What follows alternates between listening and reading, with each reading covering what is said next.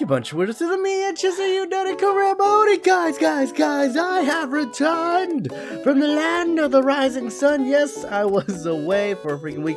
I apologize for the lack of uploads, but I've been getting over, you can hear my voice, I've been getting over a little bit of a cold as well as the jet lag. I've been absolutely shattered, but what an amazing trip, guys. Here's just a couple of snippets right here. Oh my god, the memories I made.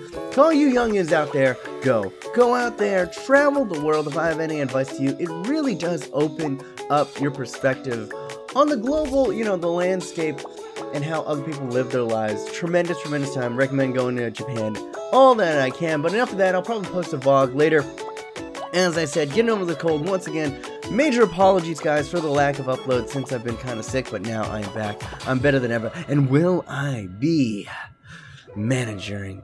Managing? Is that even a word? Will I manager England in this career mode?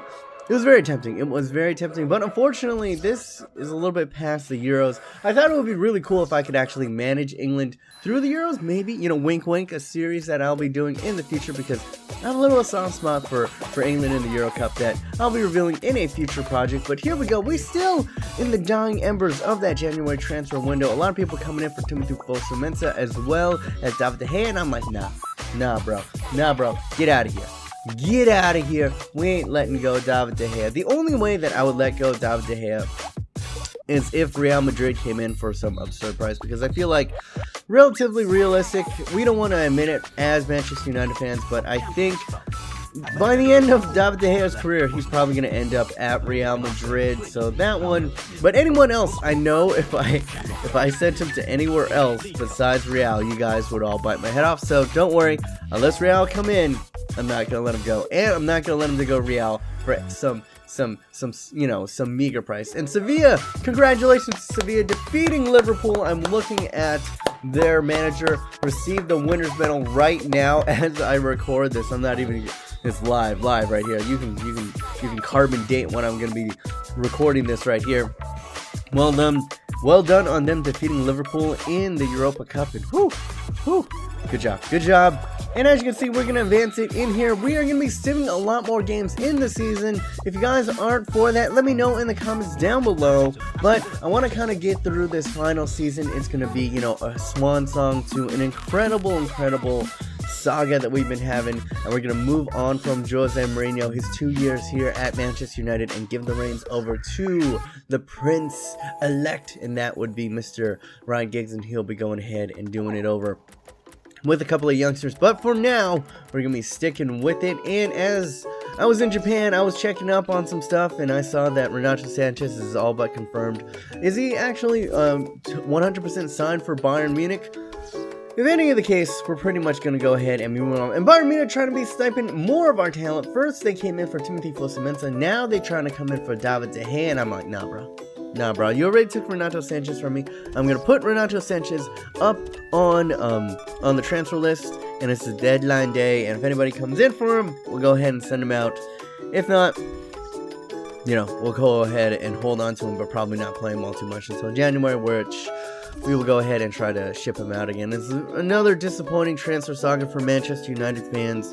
I was disappointed. He seemed like a very promising youngster, and maybe with the appointment of Jose Mourinho after this FA Cup win, I'm predicting a win this weekend up against Crystal Palace. Is not that much of a prediction, but Manchester United, every time they disappoint in one area, they tend to, overachieve in another area. I don't know if this would be an upset or a loss, but up against Crystal Palace, I think it'll be a close game, but I think Manchester United will eke it out. LVG will be able to ride off in the sunset, of sorts, getting an FA Cup, hold his pride, and then turn over the reins to Jose Mourinho. That's my prediction for the next weeks to come for real life Manchester United. But here we go, right here. As you can see, you just sent Marcus Rashford out on loan. What are you doing right here? Well, this is a little bit of a trick that it's called the loan out glitch right here. What we did right there is we loaned him out, and then when we brought him back in, as you can see, his value increased. He was at 9 million, and then when we brought him back, he was at 9.5 million. Basically, it's a little bit of a glitch. It's a little bit, some people call it cheating, some people say you're just gaming the system, but you load them back in, you load them out, and then you bring them right back in, and sometimes they get a higher potential, or sometimes they even get a lower potential, or sometimes they stay the same. You basically got to reload the game over and over again, and the quickest way to tell is if their value goes up, then you continue on. That means the potential is raised, and the attribute is raised, and we essentially get an upgraded Marcus Rashford. And for me, I don't really find it cheating, just because he should be better than he is. Remember, we started this game save before he got the massive upgrades in pace and acceleration, so I feel like he deserves these upgrades anyway. As we go into our first game that we'll actually be playing in this episode, and that is, oh my freaking goodness, up against Tyler Rank's favorite team, aka T-Ray All Day's favorite team, Olympic Lyon. Oh my goodness, and Anthony Martial coming up against his former team. Of course, he went, before he was at Monaco, he was at Lyon, a Lyon product, and got some love for the team, but as you can see right here, this is the roster that we will be starting. Martial on the bench, not fully recovered from his previous sim match, so we're going to be starting the sweet little bee, Javier Hernandez, alongside Cristiano Ronaldo and Lionel Messi. Now, Olympic Lyon, very, very strong team. They got Nabil Fekir up there, along with Titties, Raphael, ex-Manchester United man, and Tolisso, very, very talented French Ligue 1 side, as we go up against them in the Champions League. Because, of course, I mean, where else would we go up against them? Now, Lionel Messi working into Polly Pogs. Bruni going over to Herrera. Herrera gets behind Chicharito. And a good last-second save by the center back of Lyon right there. Excuse my nasaliness. I still got a bit of mucus in my nosy nose because of the sickness that I have accrued. Never fly China Eastern. That is my review. And never dive in behind to Cristiano Ronaldo. Look at that. Absolutely terrible tackle from Olympic Lyon, and Labidi is gone in the 16th minute. What are you doing, my son? This is Cristiano Ronaldo's final season. He is retiring at the end of the season, if you have forgotten.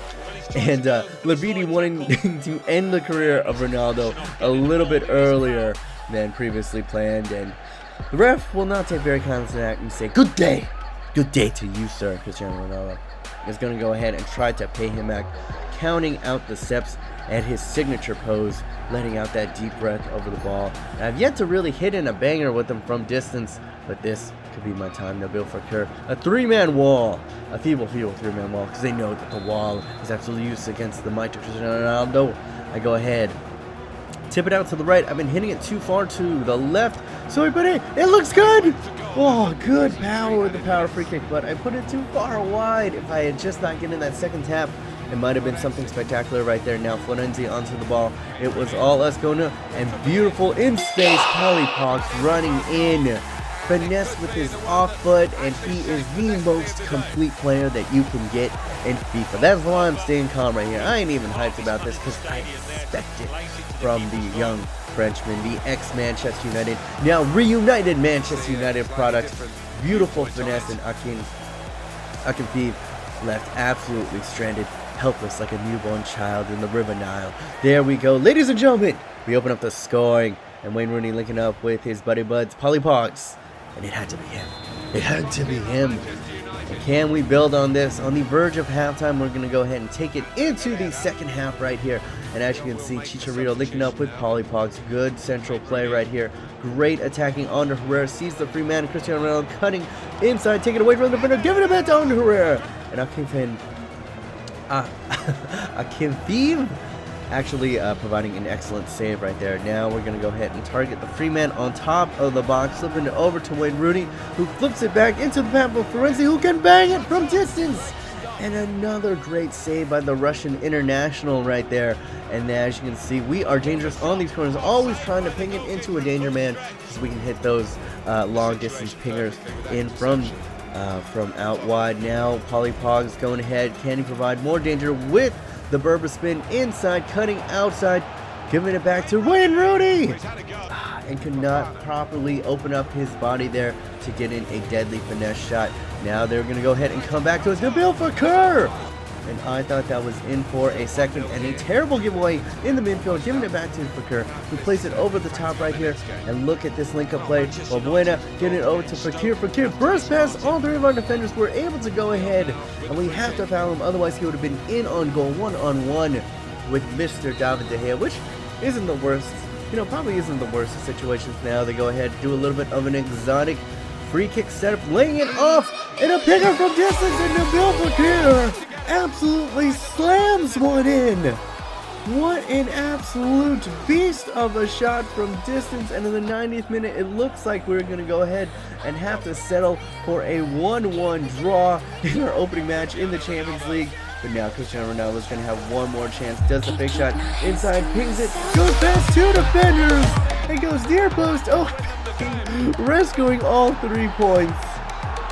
And he has been, I'm going to admit it, in his first season, I didn't know how to use him. He seemed to have a parachute on his back, his pace wasn't right. But near the end of that season, I started to learn the proper use of Cristiano Ronaldo. I started to go ahead, and ever since he announced his retirement, it's like he's kicked it into a new gear, an upper stratosphere. I don't think he's quite Messi level yet, but he's getting damn near close, and he is absolutely on fire in this season so far here at Manchester United. If this is his swan song, this is a hell of a way to go out, and hopefully we can give him the due diligence to make him go out on one of the most legendary teams that not only Manchester United has ever had, but all of Europe has ever seen. That is the point, that is the goal. And once again, we do it Fergie style. We do it in Fergie time. We rescue a goal. We rescue 3 points back from an absolutely scintillating goal from Nabil Fakir. And once again, we got to transition back into the Sims, guys. Stoke, I was very on the line with. I was like, should I play Stoke? I used them earlier in the year. It would be, kind of interesting, but no, we going light speed, man. We going flash. We going quicksilver, all up in this business, in this career mode, because I want to get to the transfer windows. I want to get you guys what you guys want. That is the big games. I don't want to drag too long, like a lot of these career modes. I could drag it out. I know that the views would be there, but I want to do stuff that I enjoy, and I feel like, when I do stuff that I enjoy, that you guys also enjoy, that it's all good. It's all gravy as we go against a Capital One match. Now, you might be asking, okay, you were talking about all these things that don't matter. Well, I want to play Leicester. That's the reason why. I want the challenge. Real life league winners Leicester. Capital One is a great litmus test for this team. And I know this team is absolutely scintillating, but I want to play the best. And when it comes down to it, at the end of the day, that's ultimately why you play the game. You want to make the best team, and you want to beat the best. Otherwise, what's the point if you can just run over every single person in your path? That's no fun. That's no fun at all. As we play this Capital One match at home at Old Trafford, as you can see, most of our starting ones are in there. Luke Shaw, of course, starting on the left. Now, I'm going to breeze over it really quickly, but unfortunately, you see no Gareth Bale in this lineup. Gareth Bale, very early on in this episode, went down with an injury during Sims. Now, that is one of the downsides to simming, guys. You do pick up a lot more injuries than you would if you actually played the games, and a casualty of that is Gareth Bale, who basically, I believe, had a, broken bone of some sort. I forget exactly, but he's gonna be gone for 2 months, which is absolutely ridiculous. And what else is absolutely ridiculous is early on in this game, Leicester was absolutely on our buttholes. All up in the butthole, actually. And look at this, attack after attack. David De Gea once again coming to the rescue. He is Superman incarnate in human form. And there we go, David De Gea, another blistering save. He cannot hold on to those shots. And we're absolutely getting peppered early on, but then in the 25th minute, finally, Messi in a bit of space goes ahead, takes it one-on-one with the keeper. And Adrian, great save right there. Now James Rodriguez from distance and putting it a little bit far wide. We had 2 great chances. Leicester had a bunch of great chances, but he's going to go 0-0 into the first 45. Now in the second 45, it was a different story right here. It would be more of us. James Rodriguez pinning it right into Adrian right there. And now James once again Danger shot after danger shot. Now laying it off to Chris Smalling. Not really that much of a danger man. Giving it back to Wayne Rooney. First pass, a terrible first hit from the defender, allowing Wayne Rooney space, and he hits it with his left foot. An absolute stinger into the side netting. Perfectly placed. Possibly a knockout blow in the 49th minute. Early on in the second half, it had to be him, the captain, the legend, the number 10. Well, former number 10, now number 8. And the man just scores goals from that center mid position. A lot of you guys question, why do you play Wayne in a CM position? Play him there, and he will score you bags of goals. He can ping in the long shots, he can distribute, and he's actually excellent in defense. He's an all-round midfielder. Just play him right there. And now, as you can see, but almost instantly on the counter, Conte linking up with Drinkwater, the former Manchester United product, on display right here. What do we do? Sergio Ramos has to be careful. He's on a yellow. A beautiful switch ball over to the side to Albrighton, who gets it over to his... Oh, Lombardi! And Smalling looked like he had... It looked like Smalling actually had crowded him out right there. I thought he had the strength to go ahead and get the tackle, but the tenacity of Jamie Vardy right there sorts out his feet faster than Chris Smalling can push him off of the ball. And the Shark gets another one. 3 Capital One goals already for Jamie Vardy. He is in scintillating form. How many? He must have scored 2 in the last one, because we have barely played any Capital One matches. That is absolutely ridiculous right there. But then in the 74th minute, we bring in Alihilovic, and he steals it away from the back line. And there we go. Look at the McGinty spin inside and curls it, but Adrian, a hero, just throwing his body into it. And look at the danger man. Once again, 2 great chances, 2 immaculate chances from the danger man, the beautiful Butterfree, Alan Hilivic. Now Paulie Pogba coming in, and Adrian another save. And now Lionel Messi trying to link up, but it is stolen away in the midfield by Inler. Now Conte onto the ball right here. What does he do? Gets it over to Simpson.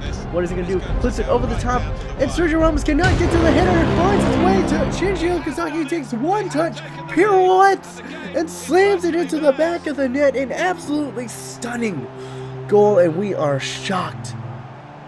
87th minute, and look at this. What a beautiful goal. Oh my God, Sergio Ramos right there. Atrocious defending, just absolutely gets bullied off of the header. I thought, when you pay that amount of money for an 87, 88 rated center back, I don't anticipate him getting bullied off of any header, but that is exactly what happened there, and it led to an absolute beautiful goal from the Japanese international Shinji Okazaki, and that is it, lads. And I believe that was our first loss of the season. It didn't come in the league, it didn't come in Champions League, it came in the Capital One Cup, and we are out. At home, no less, and that is a bitter pill to swallow. I keep on calling him Cristiano Ramos. What am I doing? I've been too long in Japan, ladies and gentlemen. I was rusty playing them FIFAs. It's been a whole entire week, and maybe it showed right there. I got to get back in.